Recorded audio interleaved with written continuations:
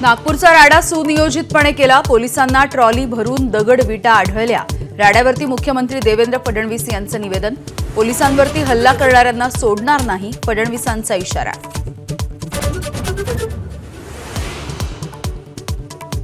नागपूरमधला राडा हा पूर्वनियोजितच। संरक्षण करणाऱ्या पोलिसांवरच दंगेखोरांचा कुऱ्हाडीनं वार। 40 पोलीस जखमी झाल्याचा दावा। उपमुख्यमंत्री एकनाथ शिंदेंचा सभागृहामध्ये हल्लाबोल। मुख्यमंत्र्यांची औरंगजेबाशी तुलना करणाऱ्या सपकाळांवरती उपमुख्यमंत्री शिंदेंचा हल्लाबोल। सपकाळांचे डोळे काढले की जीभ छाटली। सभागृहामध्ये शिंदे कडाडले।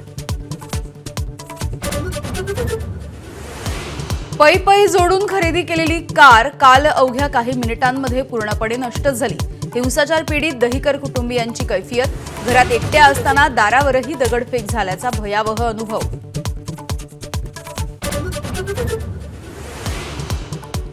कबर हटाव आंदोलनाच्या राड्यामध्ये नागपूर पोलिसांचे 3 वरिष्ठ अधिकारी जखमी।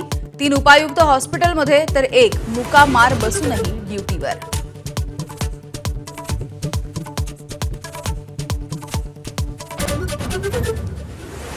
एका अपक्ष उमेदवाराचा अर्ज बाद झाल्यामुळे विधान परिषदेची पोटनिवडणूक बिनविरोध। भाजपचे दादाराव केचे, संजय केणेकर, संदीप जोशी, शिवसेनेचे चंद्रकांत रघुवंशी आणि राष्ट्रवादीचे संजय खोडके विधान परिषदेवर। एबीपी माझा, उघडा डोळे बघा नीट।